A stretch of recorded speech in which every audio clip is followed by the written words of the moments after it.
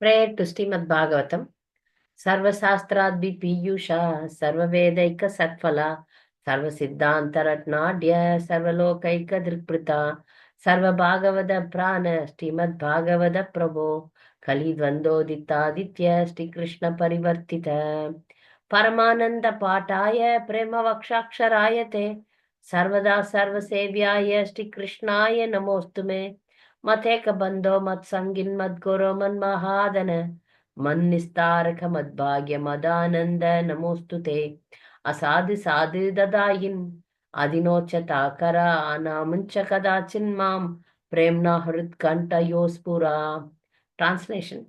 O Srimad Bhagavatam, O nectar churned from the ocean of all Vedic scriptures, you are the most prominent transcendental fruit of the Vedas and are enriched with the jewels of all philosophical conclusions.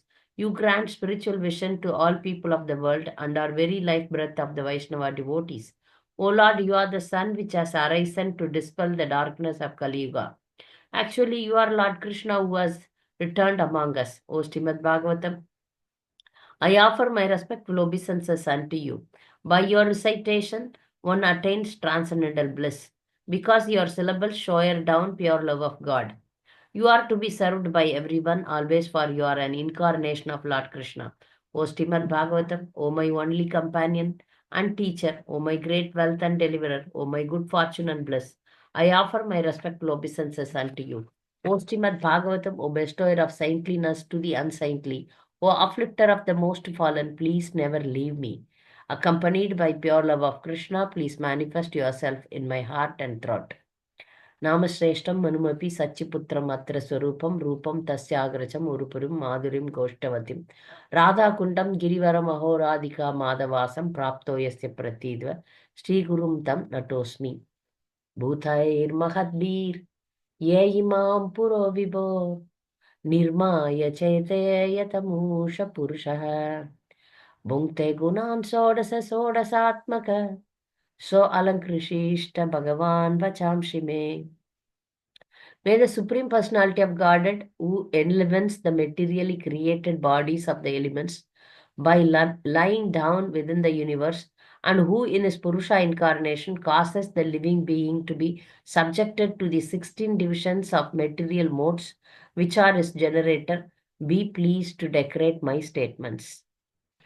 Srimad Bhagavatam ki jai, Srila Prabhupada ki jai. Now we are in 8th canto, chapter 12, prayers of Lord Shiva, prayers of Lord Mahadev. So here the name itself is Mahadev, meaning that is Mahadev, big, is great among the demigods. So before jumping into the explanation of the prayers, last week we saw that what is the situation of this prayer. So the demigods and the demons were engaged in the churning of the milk ocean. So in that, because they prayed to the Supreme Lord and the Lord suggested them to have a tie with the demons, the demigods prayed for their welfare to get the nectar. And the Lord suggested them to go and talk to the demons. And with the help of demons, they are now churning the milk ocean. When they churned the milk ocean, then they got different products and they got the nectar finally. And when they got the nectar finally, the demons, they took the nectar completely. Then as promised, the Lord came as Mohini Murti and bewildered the demons and took the nectar from the demons and gave everything to the demigods. This is the brief past. Briefly, I explained the past time. Here, Lord Shiva heard about Mohini Murti, and now the pastime is over, everything is done. Now Lord Shiva came to the Supreme Lord and he is praying to the Supreme Lord to take darshan of Mohini Murti. So here he is presenting a beautiful prayer, but he also understood that to understand the Supreme Lord is not easy. So through the prayers, we can come to know.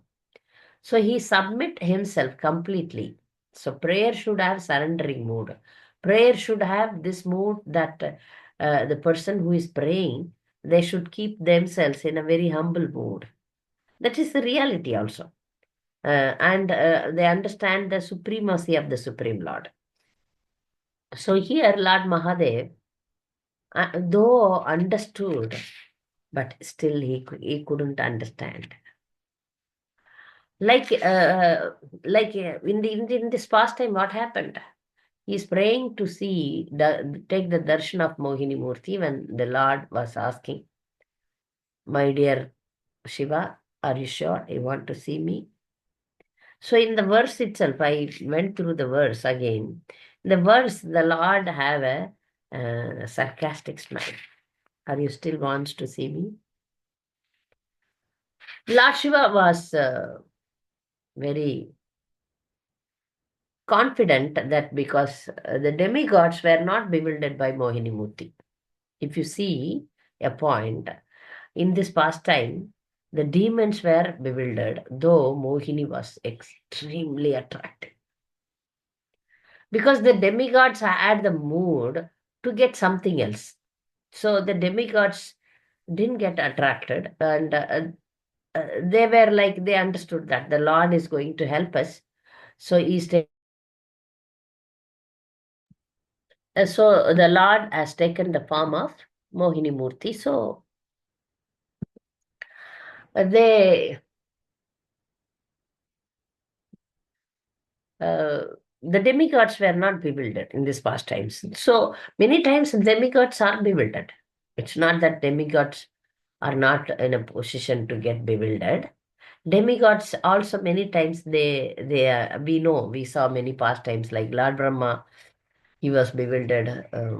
He didn't understand Krishna is Supreme Personality of Godhead. He had stolen the cowherd boys. And Lord Indra, many times Lord Indra gets bewildered. But here, they are very clear. They know that the Lord is coming as Mohini Murti. So this is Lord only.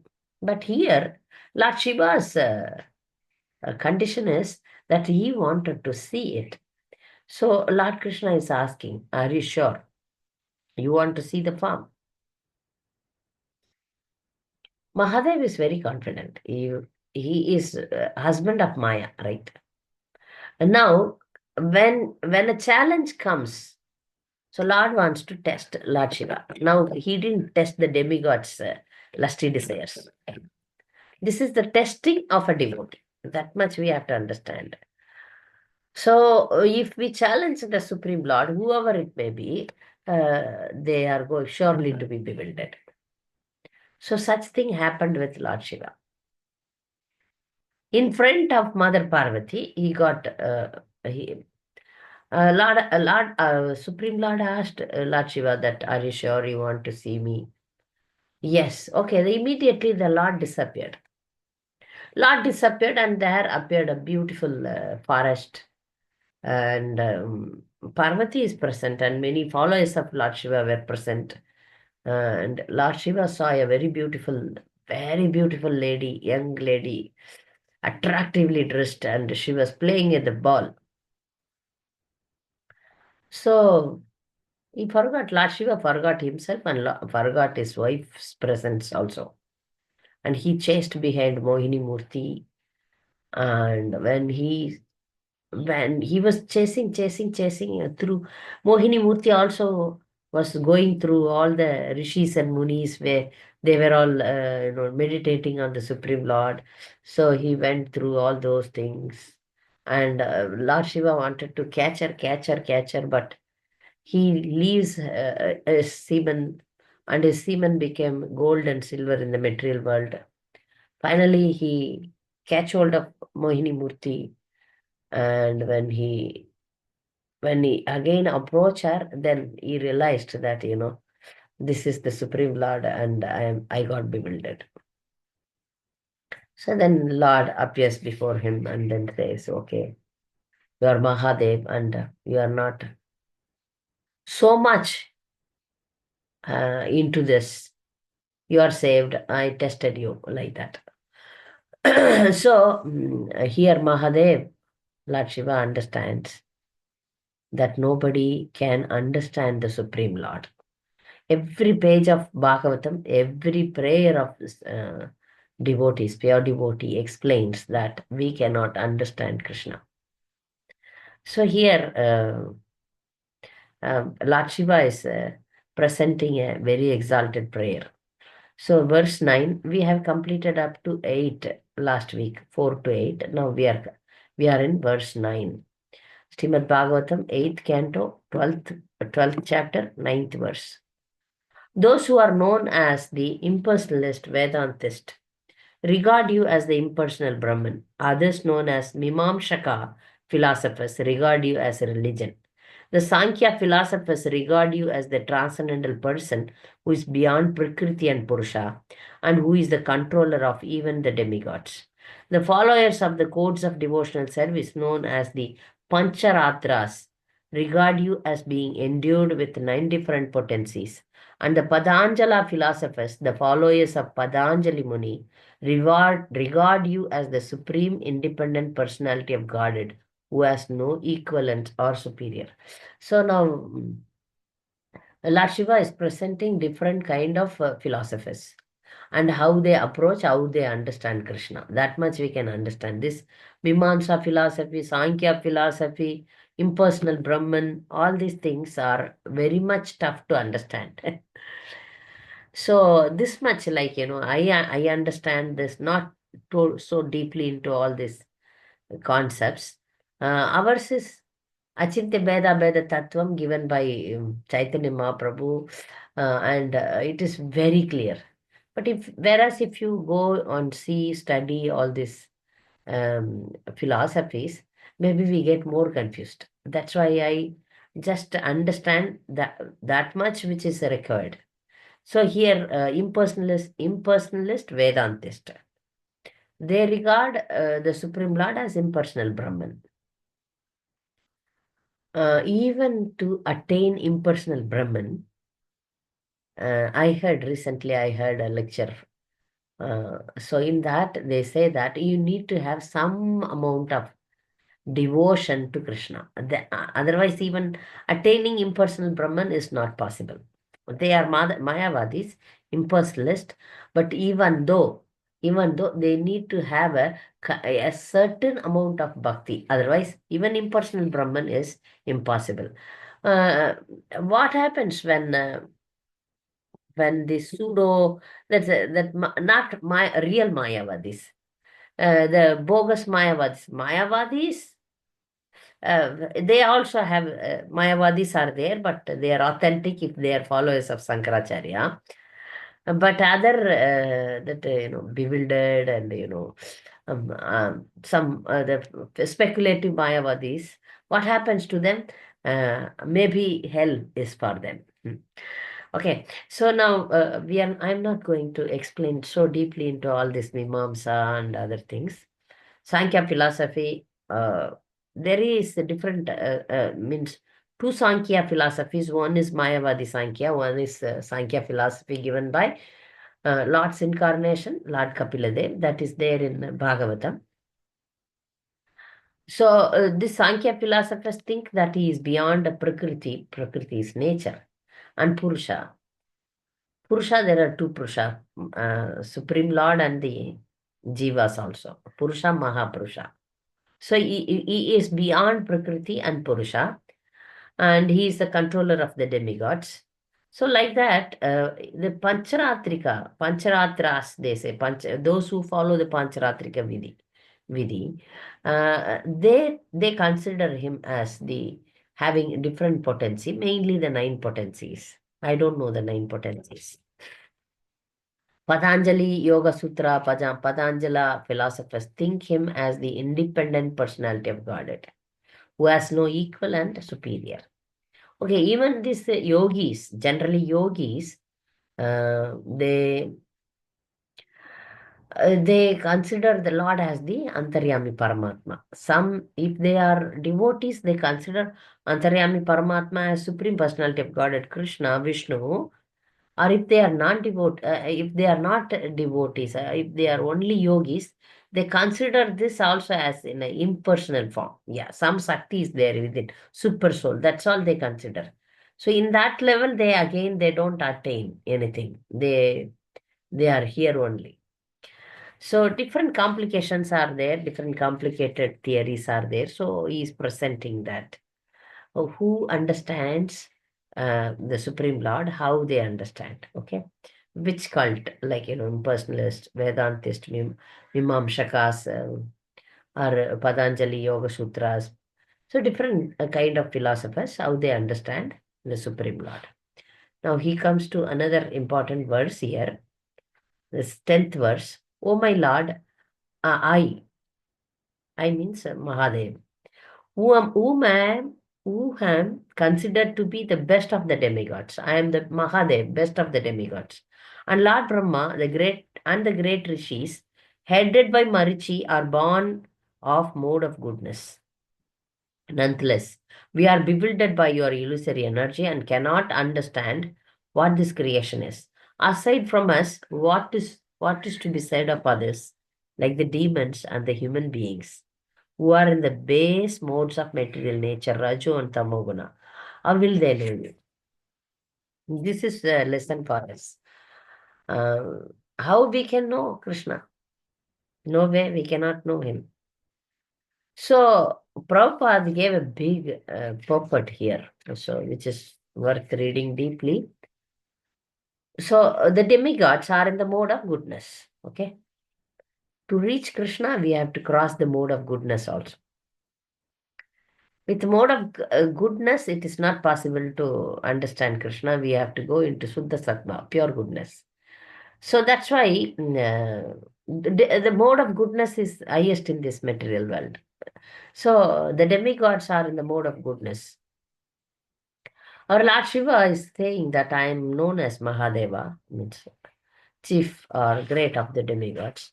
And with myself, all these great rishis and Lord Brahma, they are all in the mode of goodness, but still we cannot understand you, which is correct, right? And we saw that even demigods, they make mistakes in understanding the Supreme Lord.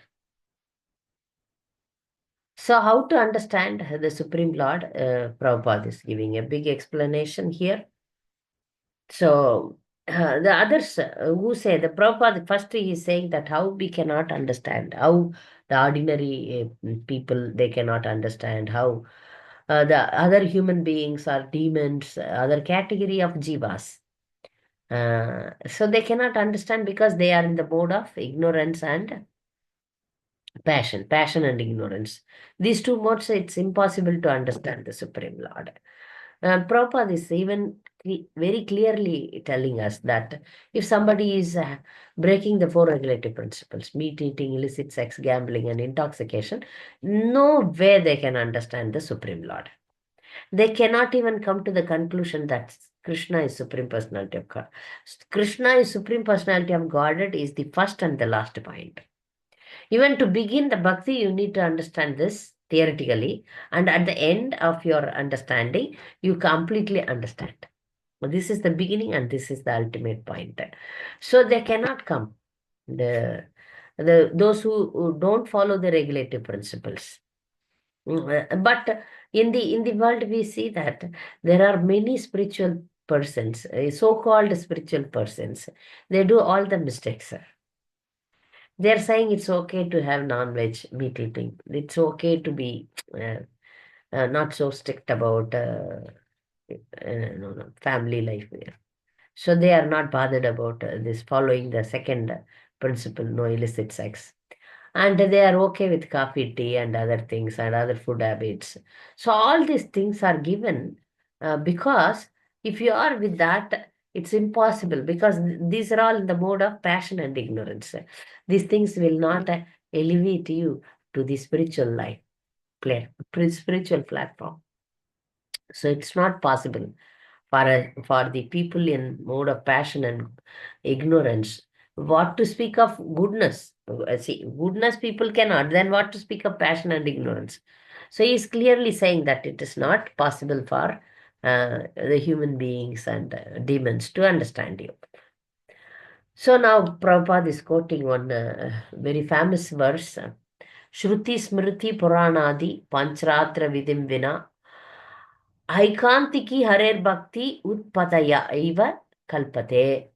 Devotional service of the Lord that ignores authorized Vedic literatures like Upanishads, Puranas, and Narada Pancharatra is simply an unnecessary disturbance in society. If somebody doesn't follow the Vedic literatures and simply take the devotion, simply take up spiritual life according to their whims, then they are burden to the society. They are disturbance in the society. That we have to understand.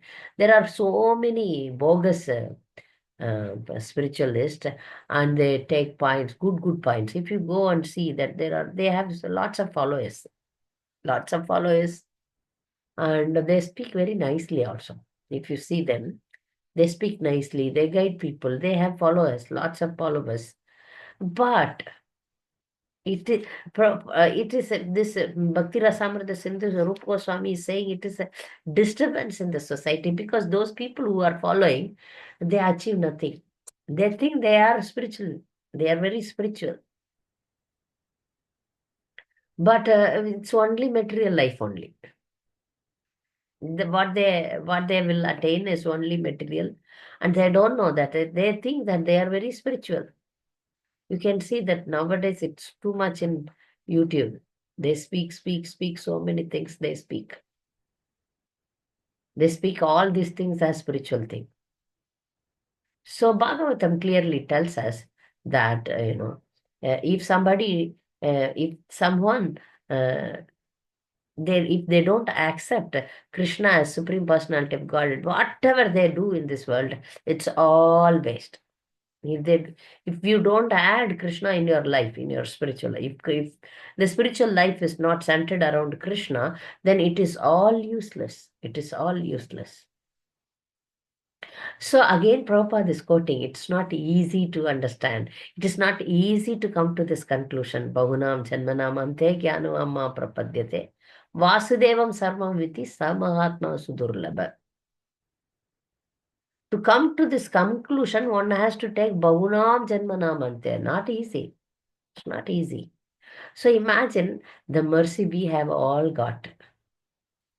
So the Guru Parampara and Acharya, Srila Prabhupada, gave us the ultimate knowledge and ultimate path, which will take Bahunam Janmanamante. Maybe now also it may take Bahunam Janmanamante if we are not properly follow the Guru Parampara.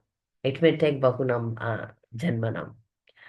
So I heard in one lecture that, Chaturvida Bhajante Mam, Ejana, and that 4 kinds of pious people approach the Supreme Lord. Among them, Jnani is dearest to Krishna. So when pious persons approach Krishna somewhere or other, one who is distressed, one who is in need of material opulence, one who is inquisitive, one who is in the need of knowledge. So the Jnani is the best, the one who is seeker of knowledge is best, Krishna says. But among these 4, when these 4 pious people, when they approach Krishna, do you know when they achieve Krishna? After this, they take Bahunam Janmanamante. From there, the sloka comes. It takes many lifetimes to attain Krishna, to come to this conclusion. So we are fortunate that our Guru Parampara has given us the path and has given us the understanding. But to correctly understand, we need to do pure devotional service. Otherwise, we will be bewildered. We will be bewildered and we will be in illusion that we are doing devotional service. This point, please note that we will be in illusion that we are doing devotional service. Devotional service is in a different level. We are in illusion that, we have taken initiation, I am a devotee. All these things, I feel that it is an illusion because it's the devotional life is devotion, pure devotion is far, far, far, far, far higher. Okay. So Prabhupada is again quoting one more verse that, how we can understand Krishna. Vasudeva Bhagavati Bhakti Yoga Prayojitah Janayati Asu Vairagyam Jnanam Chayat Ahaitukim. By rendering devotional service unto the Supreme Personality of Godhead, Sri Krishna, one immediately acquires costless knowledge and detachment from the world. So we have to do devotional service, rendering devotional service to the Supreme Lord. Then we get the Vairagya. Vairagya is renunciation, and Jnana, knowledge we get. So for that again, one more verse Prabhupada is quoting, that we have to surrender completely. Sarva dharman paridhyajya mam ekam sharanam braja. See, this mam ekam sharanam braja, we leave demigod worship, but we have attachment with the other things. So ultimately, we have to come to the come to a stage that we have nothing Krishna. For that, every day we have to try. We have to try. We have to try doing devotional service. Anyabhilashita sunyam jnana karma dhyanamritam anukulyana krishna anusilanam bhaktiruttama. We understand how we should understand how we can please the Supreme Lord through Guru Parampara, through the instruction of Guru Parampara, through the guidelines of our spiritual master. Then we do devotional service, then there is a chance. Then also it is not we should be very sincere in our endeavors. We should sincerely try. Then Krishna reveals. Krishna gives us, awards us the ultimate thing. Till then, we need to patiently endeavor. Then verse 11. So, Lord Shiva know these things. That's why he's praying like that. Then verse 11, my Lord, you are the supreme knowledge personified. You know everything about the creation and its beginning, maintenance and annihilation. You know all the endeavors made by the living entities, by which they are either implicated in this material world or liberated from it.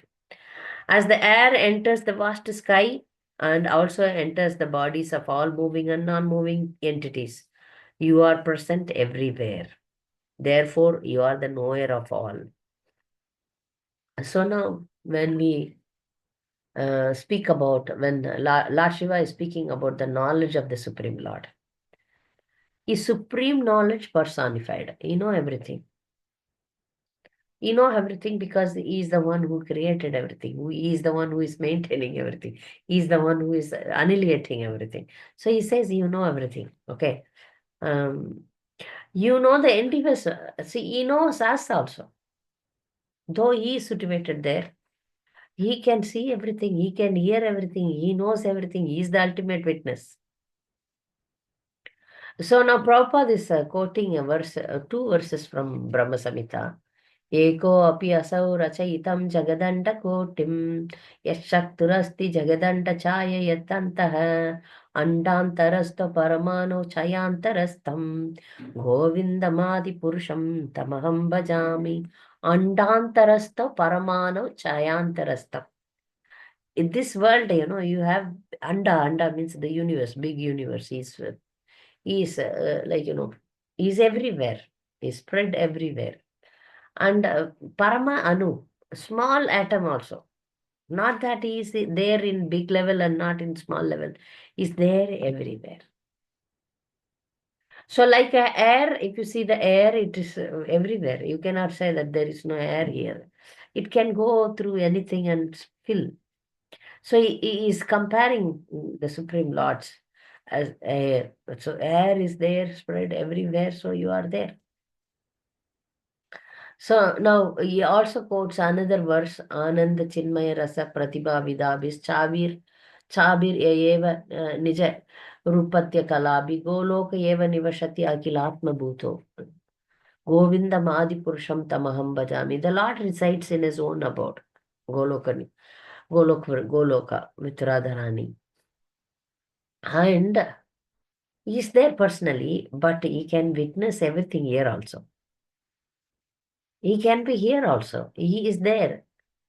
He is inside, he is outside. Antar Bahir Avasthitam.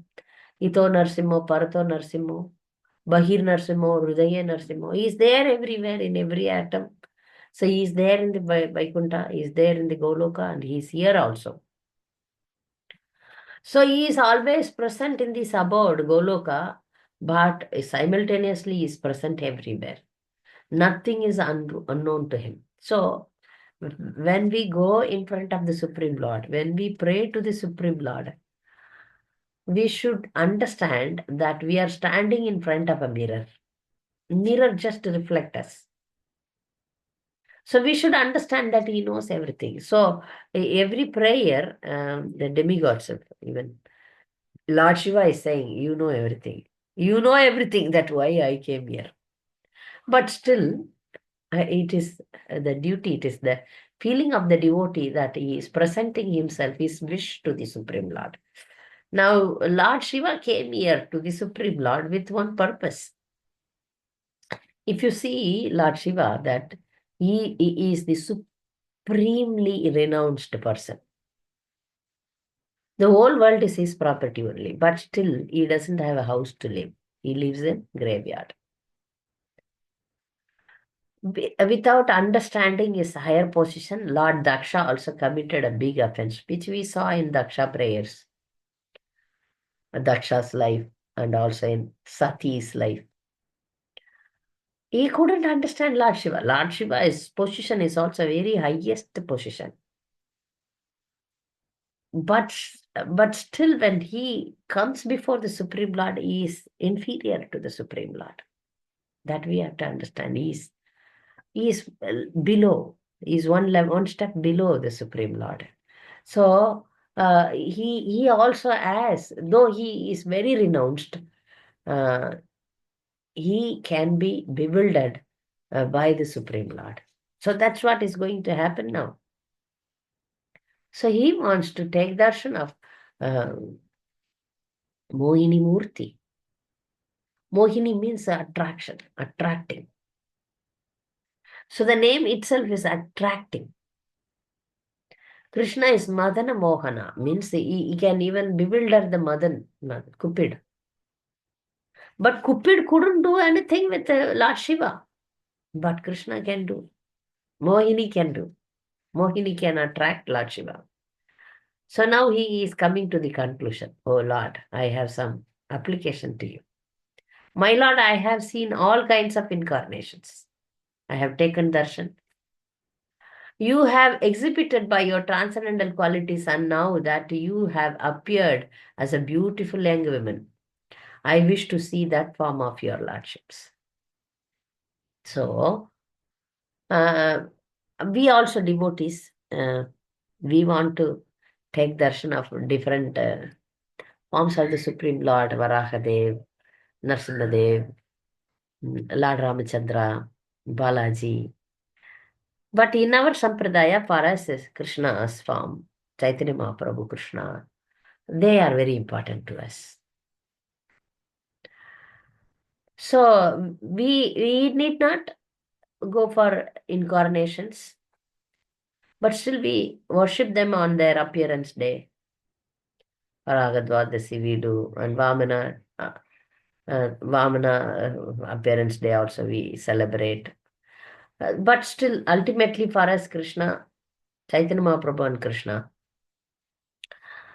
Lord Shiva should have not, why he wanted to see Mohini Murti.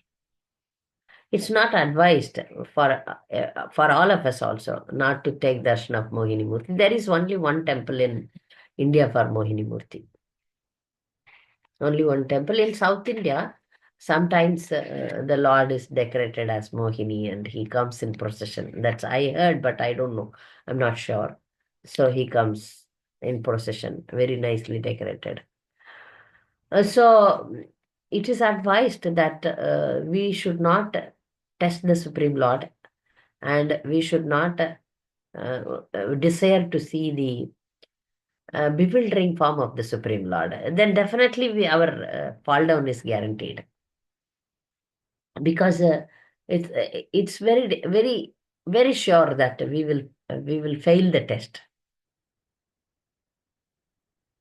We will fail the test. So for us it is guaranteed, but Lord Shiva is still taking the risk. So finally he says, "My Lord, we have come here desiring to see the form of your Lordship." Already he is seeing the form of Vishnu form of the Lord here. When he is praying personally to the Supreme Lord. He could have been satisfied with that, but he want to have a different experience. So he said, okay, I will write the test. Please give me test. Nobody wants to write test, right? Children also. We also, when we were students, we never wanted to be tested. Okay, please give me pass mark. That was our mood always, right? Without writing the test, we want to pass. Okay. But here, Lord Shiva ready to take a test. So we have come here desiring to see the form of your Lordship, which you have showed to the demons, to captivate them completely. And in this way, enable the demigods to drink the nectar. I'm very eager to see that form. See, sometimes great devotees also get bewildered to see different things. So Lord Shiva also is now entering into a different pastime. So he is presenting himself that I want to see your form. When I explained this, I remember one more um, prayer of Markandeya Rishi to see the annihilation of this universe. This is a different desire. Human beings, means devotees or jivas, they have different desire. All these different desires are fulfilled by the Supreme Lord. Understand this. Time immemorial, we carry desire, desire, desire. That's why we take birth, birth, birth.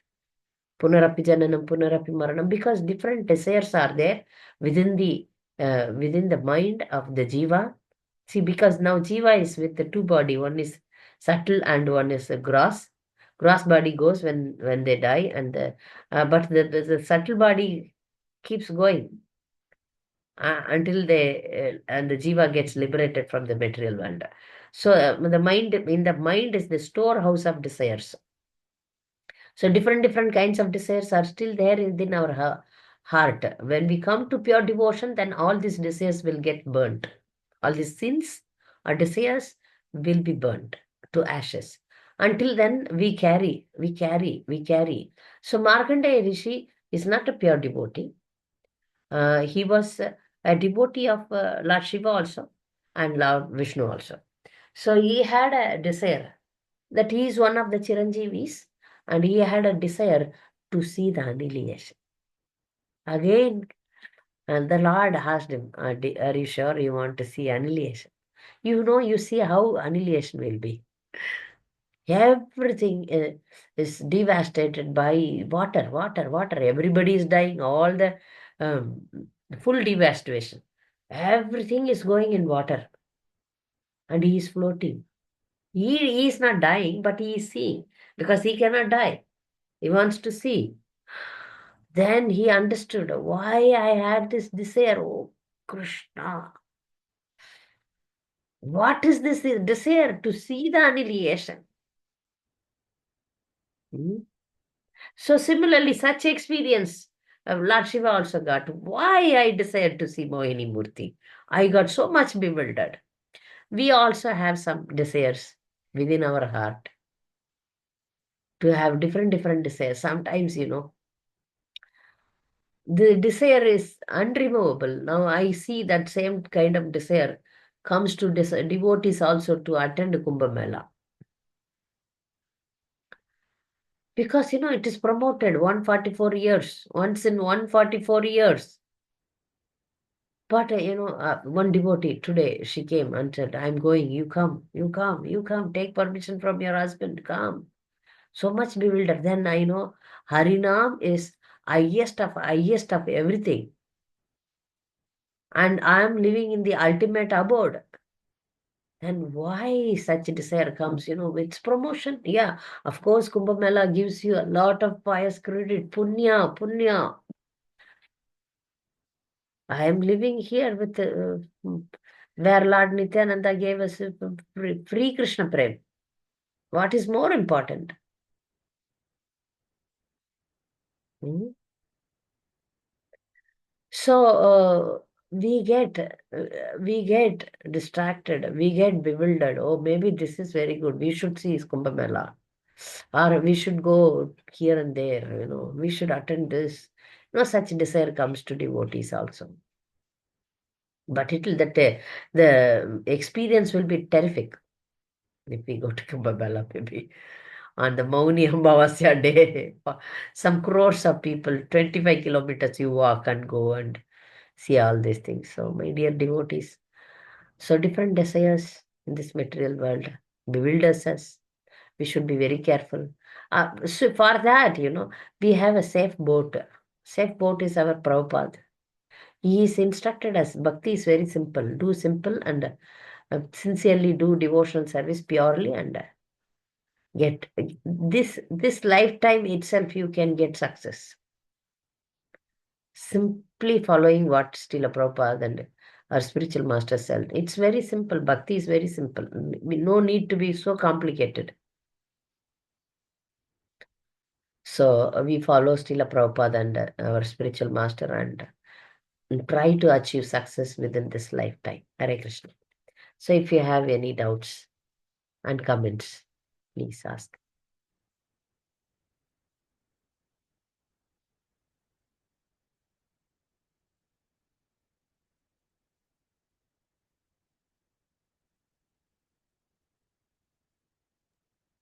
Mataji, how can we keep focus on the goal? Because you said we can have desires and we can get diverted. You gave the example of Kumbh Mela, like some devotees are going, or we have different desires, and yeah, like you were having that conversation with that Mataji that she was insisting that you go, but then you were thinking that you were in Dham, and so yeah, how? So throughout the day and throughout our devotional practice, our sadhana, we also get distracted and yeah, desires are there. So how can we keep focus on the goal? Yato yato nischalati manaschanchalam astiram. So wherever the mind goes, bring it back to the lotus feet of Krishna. Prabhupada has given us clear package. 4 regulative principles. Follow the 4 regulative principles, 16 rounds, get up early morning, eat only prasadam. Simple, nice package is given to us. We focus on that. We focus on that and we take the taste in that. Namruchi. If you have Namruchi, test for hearing, test for doing the 9 devotional processes, Shravanam, Kirtanam, Vishnu Smaranam, Pada Sevanam, Archanam, Vandanam, Dasyam, Sakyam, Atma Nivedanam. So if you include devotional practices in your life, like, so not to get distracted, understand from senior devotees what is right, what is wrong. This basic desires are there, but it is suggested that we apply Yukta Vairagya. Okay, desire for eating is there, we eat prasadam. Desire for dressing is there, we offer whatever we dress and, to the Supreme Lord and wear. Desire for seeing is there, so we take darshan of the Supreme Lord. So we now, in the beginning, we follow Yukta Vairagya. We engage our senses. Then by then, the senses get controlled. The senses are controlled. Gradually, we take the speed. At the end of our lifetime, we understand, we become strong. Now, we are women. So women, I suggest that we get married. We should produce children.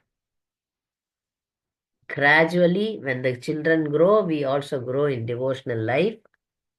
When they settle, we even more grow nicely and take vanaprastha and go deeply into devotional service. It's a gradual process throughout the life. Throughout the life, we should know what to desire, what not to desire. Reasonably, some things should be desired for, especially we are women. So women, they say that, the devotional service picks up nicely when they stop with the child production, reproducing, and when they start the periods. It's like vanaprastha, then they become very serious. Then they can, through this process only. It is not that you take a brahmachari and sannyasi. Women are not meant for brahmachari sannyas, but through life, we live the life, but not, we are different from the normal women of this world who are greedy behind money, money, money, who are greedy behind all these things, I don't know, material things, career, money, enjoyment. We are not like that. We engage our senses rightly and then gradually increase, gradually become strong. Okay, you understand? So, with association of devotees, strong determination, we gradually come to the higher level. Fine? Yeah. Yes, Mataji. Thank you, Mataji. Baleshwari? Hare Krishna Mataji, Pranam Mataji. Pranam. I think there is one more question in the chat box. I can go after that person, that devotee. Yeah, there is a question in the chat box. Let me see. I would like to understand what is the meaning of officially qualified in the below Prabhupada quote. If one can please a pure devotee of the Lord, such action means immediate satisfaction of this Lord, even though such a person is not officially qualified to receive the mercy of the Lord. Here we understand that that devotee, whoever is pleasing the pure devotee, may be not initiated. Okay, so officially qualified means not initiated, not practicing devotional service seriously. Initiation means serious. If you have taken initiation, means you are serious in devotional life.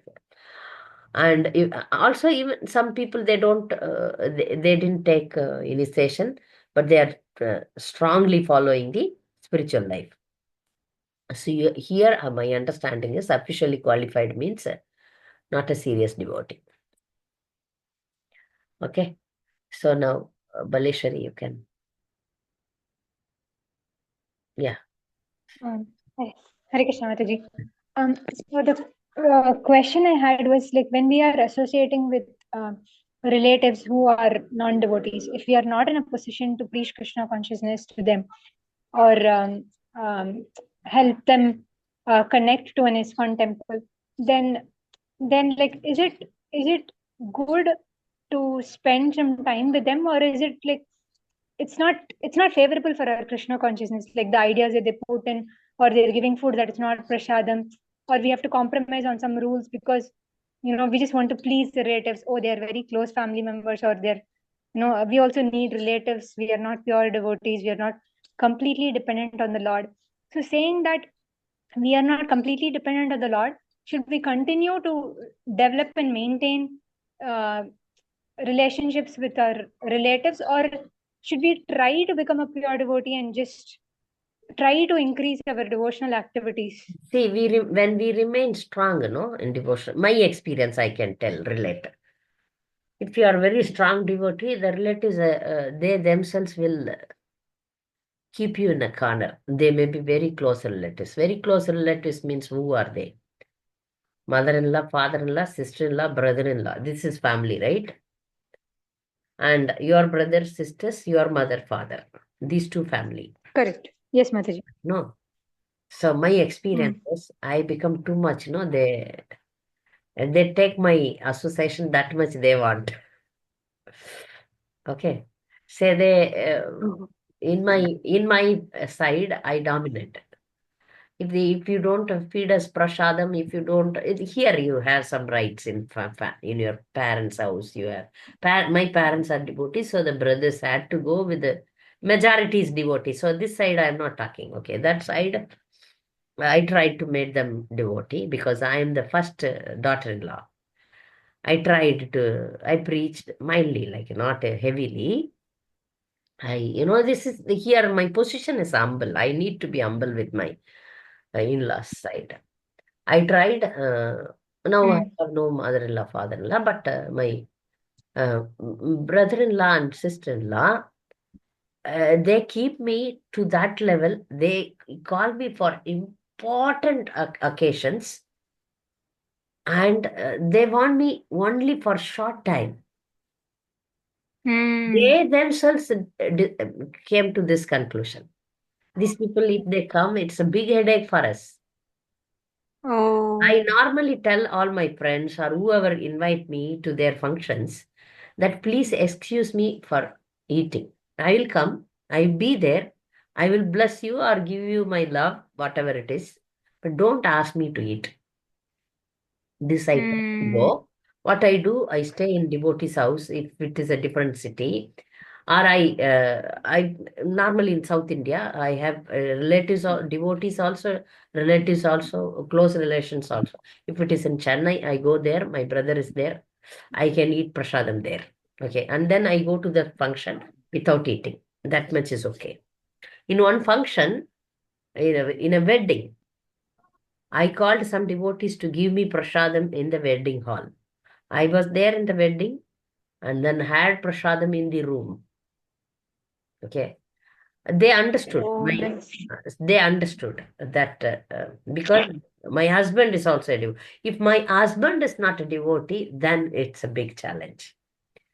Then there you have to have a really difficult time.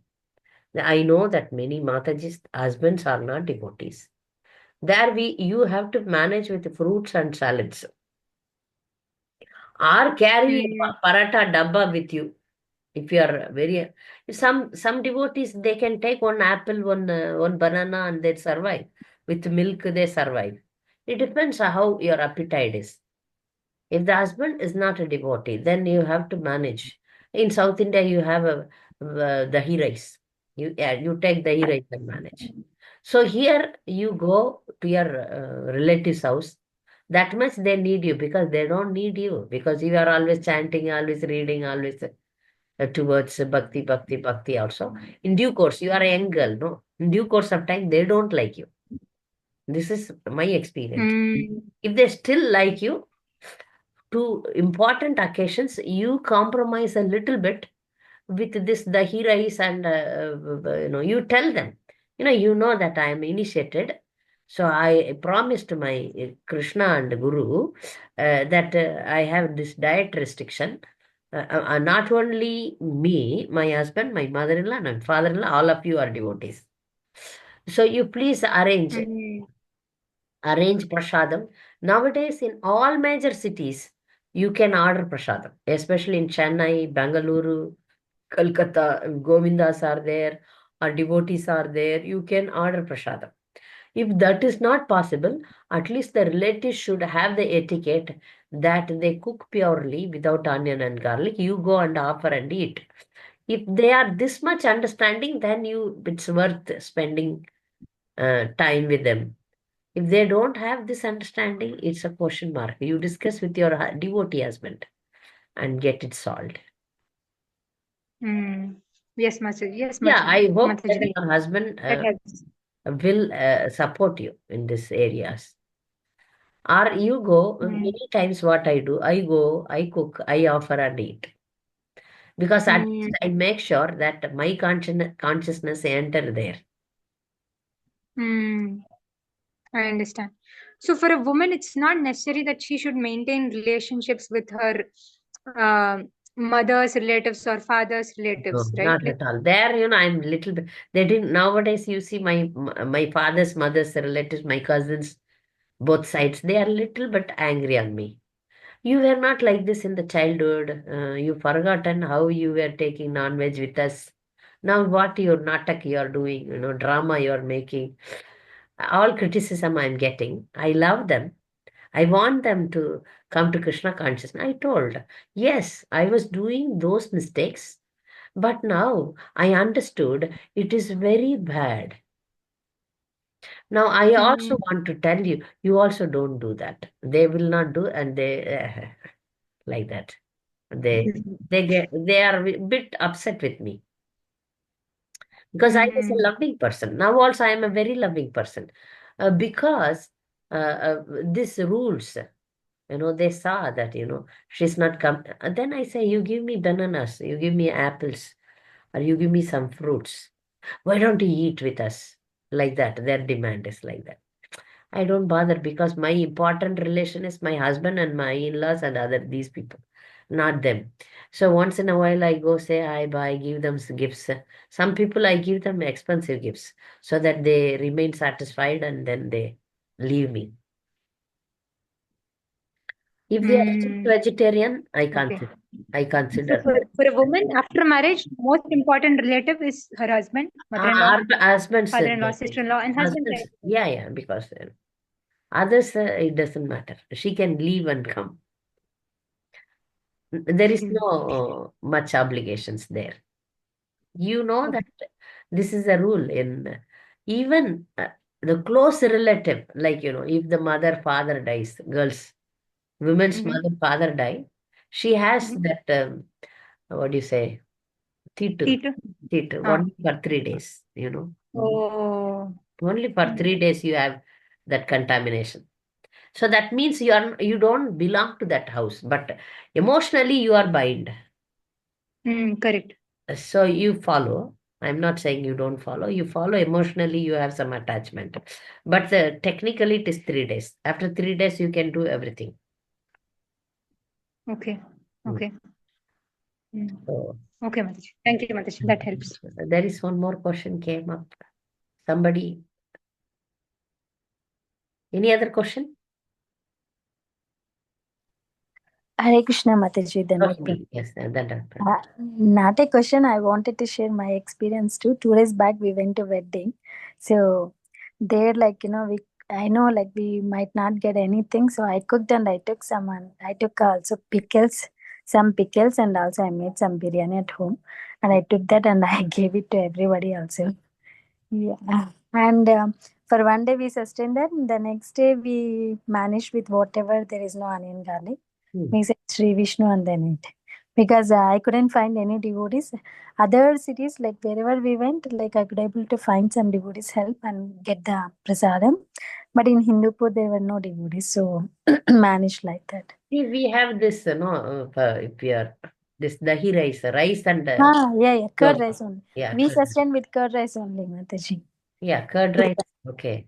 Yeah. Yes. Curd rice and chutney and tiffins are also tiffin section was okay. Yeah. And that is one thing. One more thing is regarding relatives, my experience I wanted to share. Before we moved to India, when we were in USA, I know that we have to meet so many relatives here, and they might give the trouble with the meat eating thing, like you said, right? I was also chicken lover when I was small. Yeah, because I didn't know that was wrong, right? Yeah. So I wanted all of them to know, what is our lifestyle. So I started reading Bhagavad Gita with all of them, and slowly they also understood. And some of them, like one baba, my fathers were 5 people, and I was so surprised and happy to know that he said recently he stopped eating meat because he went Jagannath Puri Yatra with Tirupati. I mean, they started chanting also, and even my aunt also started chanting, and they have my I distributed Bhagavad Gita, I think 15 years or 10 years back, and they still have that Bhagavad Gita to all the relatives we distributed. Yeah, it was so happy to know, Mataji. So someday they become vegetarian at least. Some Yeah, vegetarian at least. Yes. Some were very adamant. At least they don't force us. They'll understand, what we are doing, why we are doing. Yeah, that's one thing. And my father-in-law, he also I love cooking, so I used to cook. My mother-in-law also, she had some other problems, so I used to cook separately everything for ourselves and for herself differently. So she liked all the cookings, and she also used to come to temple, and she used to hear chanting, kirtan, and everything. Though they are converted Christians, I mean, 2 generations back they were converted, and my father-in-law now he's chanting 8 rounds. Very nice. Yeah. Very nice. That's association of devotees. Yeah, Mataji. association of devotee. Correct. Thank you, Hare Krishna. Thank you, Hare Krishna. So, any other question, comments? We are ending Lord Shiva's prayer. We will start with the other prayer or some other topic next week. If you have any doubts, some are keeping quiet always. So if you are interactive, I will be very happy. Okay, so we will meet same time next week. Vanchakalpadarubhasya kripasiddhibhya cha patitanam pavanebhyo vaishnavebhyo namo namaha. Thank you, Hare Krishna. Thank you so much.